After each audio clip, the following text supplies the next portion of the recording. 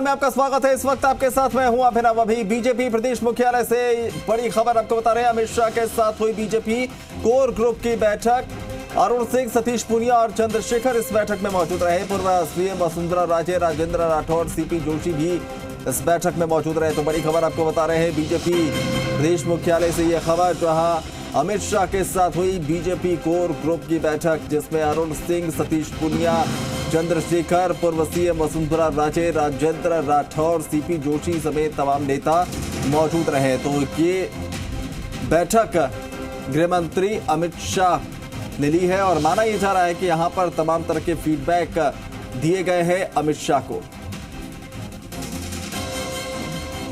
तो ताजा अपडेट यह है कि बैठक खत्म होने के बाद एयरपोर्ट के लिए रवाना हो गए हैं केंद्रीय गृह मंत्री अमित शाह और आज ही वापस दिल्ली जाने का उनका कार्यक्रम है। तो बैठक के बाद सीधे एयरपोर्ट के लिए रवाना हुए। तस्वीरें में हम आपको दिखा रहे हैं जब कोर ग्रुप की इस बैठक के खत्म होने के बाद उनका काफिला यहां से निकला और सीधे एयरपोर्ट के लिए रवाना हुआ। बताया जा रहा है कि आज ही वो वापस दिल्ली लौटेंगे। तो दिल्ली वापसी का आज कार्यक्रम, एयरपोर्ट पहुंच चुके हैं गृह मंत्री अमित शाह। इससे पहले उन्होंने बीजेपी कोर ग्रुप की बैठक ली, जिसमें तमाम बीजेपी के दिग्गज नेता जो राजस्थान के हैं वो शामिल हुए और यहां पर अमित शाह ने फीडबैक लिया, संगठन के कार्यों की जानकारी ली और क्या कुछ आगे चुनौतियां नजर आ रही हैं उसके बारे में भी यहां पर बैठक में मंथन किया गया। और इस बैठक के ठीक बाद ये जो काफिला आप निकलते हुए देख रहे हैं, ये तस्वीर बैठक के ठीक बाद जब अमित शाह बाहर निकले और उनका काफिला सीधे एयरपोर्ट के लिए रवाना हुआ। बताया जा रहा है कि एयरपोर्ट से वो दिल्ली वापस लौटेंगे, क्योंकि अभी आज ही उनका दिल्ली वापस लौटने का ये कार्यक्रम है। तो एयरपोर्ट के लिए जब रवानगी केंद्रीय गृह मंत्री अमित शाह की हुई तो उस वक्त काफिले की ये तस्वीर हम आपको दिखा रहे हैं और साथ ही साथ बैठक इससे पहले बीजेपी कोर ग्रुप की उनकी तरफ से ली गई है, जिसमें तमाम राजस्थान बीजेपी के दिग्गज नेता शामिल हुए।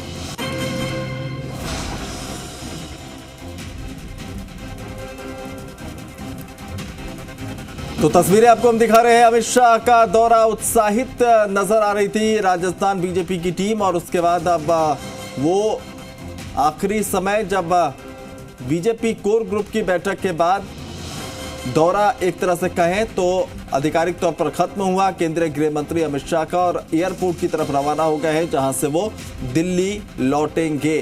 तो माना जा रहा है कि इस बैठक में कुछ फीडबैक जो है अमित शाह ने लिए हैं और उसके बाद वो दिल्ली लौट रहे हैं। आगे क्या कुछ रणनीति पार्टी की होगी राजस्थान में, उस पर बाद में जेपी नड्डा की तरफ से आधिकारिक तौर पर निर्देश राजस्थान को भेज दिए जाएंगे।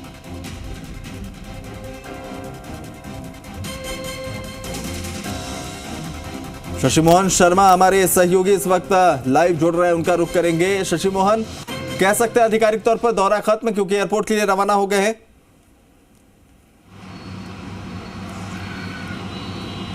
देखिए, बिल्कुल सही कहा अभिनव आपने कि दौरा महत्वपूर्ण रहा और पूरा हो गया है लगभग। लेकिन जो कोर ग्रुप के साथ बैठक हुई उसमें क्या मुद्दे रहे, यह सभी के लिए जिज्ञासा का विषय है।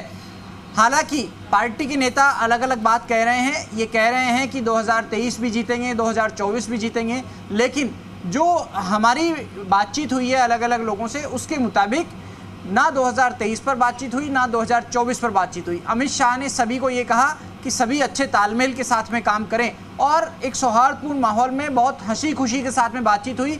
कई नेता तो ये कहते दिखे कि बड़े लंबे समय बाद में अमित शाह को इतना खुलकर हंसते देखा है, क्योंकि आमतौर पर जब बैठकें होती हैं तो गंभीर मुद्दे होते हैं, गंभीर चिंतन होता है, लेकिन एक हल्के फुल्के माहौल में पार्टी के वरिष्ठ नेताओं की बैठक हुई है, जिसमें राजेंद्र गहलोत जो सांसद हैं राज्यसभा के और जोधपुर से आते हैं वो मौजूद रहे, अरुण सिंह मौजूद रहे, राजेंद्र राठौड़, सतीश पूनिया, चंद्रशेखर, वसुंधरा राजे, ये सब लोग मौजूद रहे। और कोर ग्रुप की बैठक में अमित शाह ने कोर ग्रुप से ही मुलाकात की है फोकस रूप में। तो बाकी जो पार्टी के वरिष्ठ नेता थे और दूसरे पदाधिकारी थे, प्रदेश पदाधिकारी थे, उनसे केवल अगवानी के वक्त मुलाकात हुई और हालचाल जाने उसके बाद में कोर ग्रुप की बैठक शुरू हो गई थी।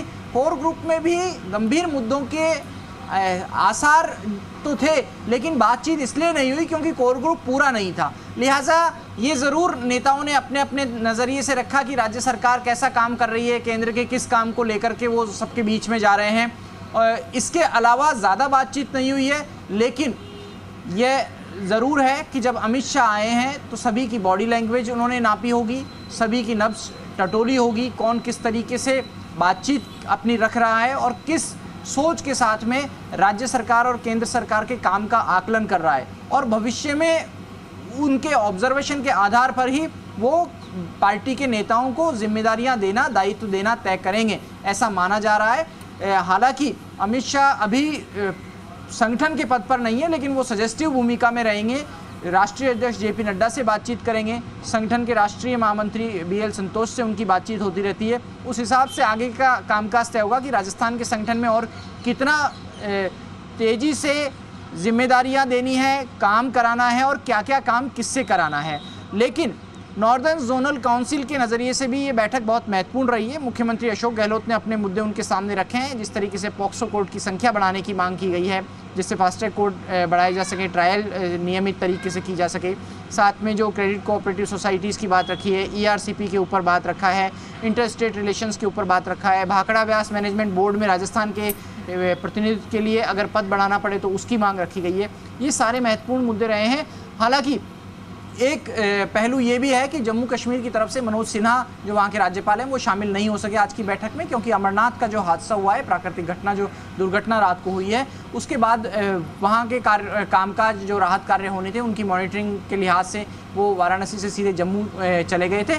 लेकिन आप देखिए कि अमित शाह का ये दौरा आने वाले दिनों में कुछ असर तो दिखाएगा, और उम्मीद है कि संगठन के कामकाज को किस तरीके से रफ्तार दी जाएगी और क्या क्या काम आगे बताए जाएंगे, इसका असर आने वाले दिनों में देखा बिल्कुल इसका असर आने वाले दिनों में नजर आएगा। और इस बैठक को अगर कहें तो बहुत ही हल्के मिजाज के साथ अमित शाह ने बैठक में तमाम नेताओं से मुलाकात की, बातचीत की। बहुत बहुत शुक्रिया तमाम जानकारी के लिए।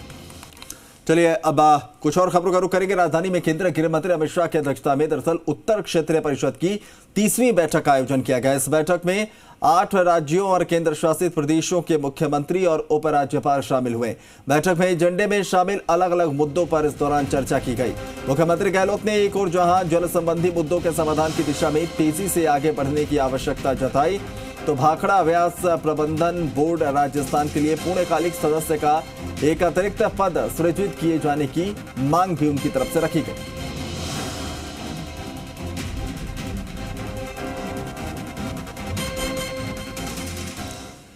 उत्तर क्षेत्रीय परिषद की 30वीं